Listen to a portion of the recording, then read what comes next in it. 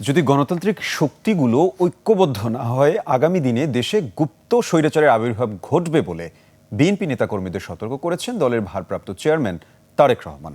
কুমিল্লা জেলা বিএনপির সম্মেলনে ভার্চুয়ালি যোগ দিয়ে তারেক রহমান আরও বলেন, শুধু জনসভা নয়, বিএনপির নেতাকর্মীদের মানুষের ঘরে ঘরে যেতে হবে। বিগত 15 বছর দেশে ডাকাত পড়েছিল, বহু ত্যাগের বিনিময়ে আপনারা সেই ডাকাতকে তাড়িয়েছেন।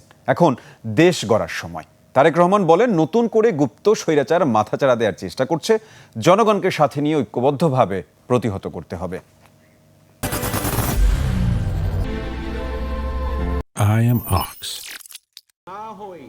আমরা যদি গণতান্ত্রিক শক্তিগুলো সব ঐক্যবদ্ধ না হই, আমরা যদি দেশের জনগণকে আজকে ঐক্যবদ্ধ করতে না পারি, তাহলে দেশ স্বাধীনের পরে যেভাবে স্বৈরাচার চেপে বসেছিল, তাহলে 2008 সালে তথাকথিত নির্বাচন দিয়ে 111 এর পরে তথাকথিত নির্বাচন দিয়ে যেভাবে স্বৈরাচার ফ্যাসিস্ট দেশের কাঁধে চেপে বসেছিল, যদি আমরা জনগণকে বুঝাতে সক্ষম না হই, যদি আমরা ঐক্যবদ্ধ না হই, প্রিয় ভাই বোনেরা, তাহলে বলা যায় না, হয়তো আগামী দিনে গুপ্ত স্বৈরাচারের আবির্ভাব হতে পারে দেশে।